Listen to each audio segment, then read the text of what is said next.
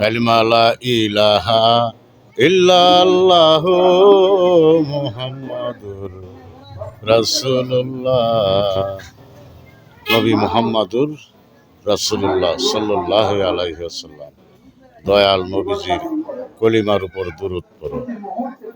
তুমি মাহফিলে বসে ইব্রাহিম আলাইহিস সালামের উপরে দুরূদ পড়ো, সেটা তো নামাজে দুরূদ পড়া হয়। আল্লাহুম্মা সাল্লি আলা মুহাম্মাদিন ওয়া আলা আলি মুহাম্মাদ কামা সাল্লাইতা আলা ইব্রাহিম।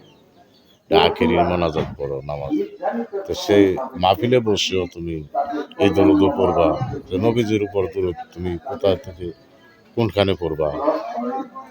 কালিমা লা ইলাহা ইল্লাল্লাহু মুহাম্মাদুর রাসূলুল্লাহ সাল্লাল্লাহু আলাইহি ওয়াসাল্লাম।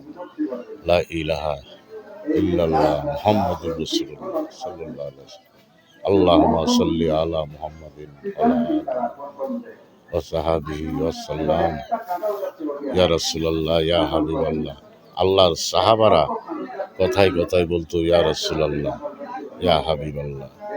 তো আল্লাহর সাহাবারা বলছে আল্লাহর রাসূল, তোমরা বলতে লজ্জা কেন, বলতে পারো না কেন? দয়াল নবীজি আমাদের নবী, আমার নবী বলতে পারো না তোমরা, বলো আল্লাহর নবী। তোমার নবীজি বলতে কি লজ্জা লাগে?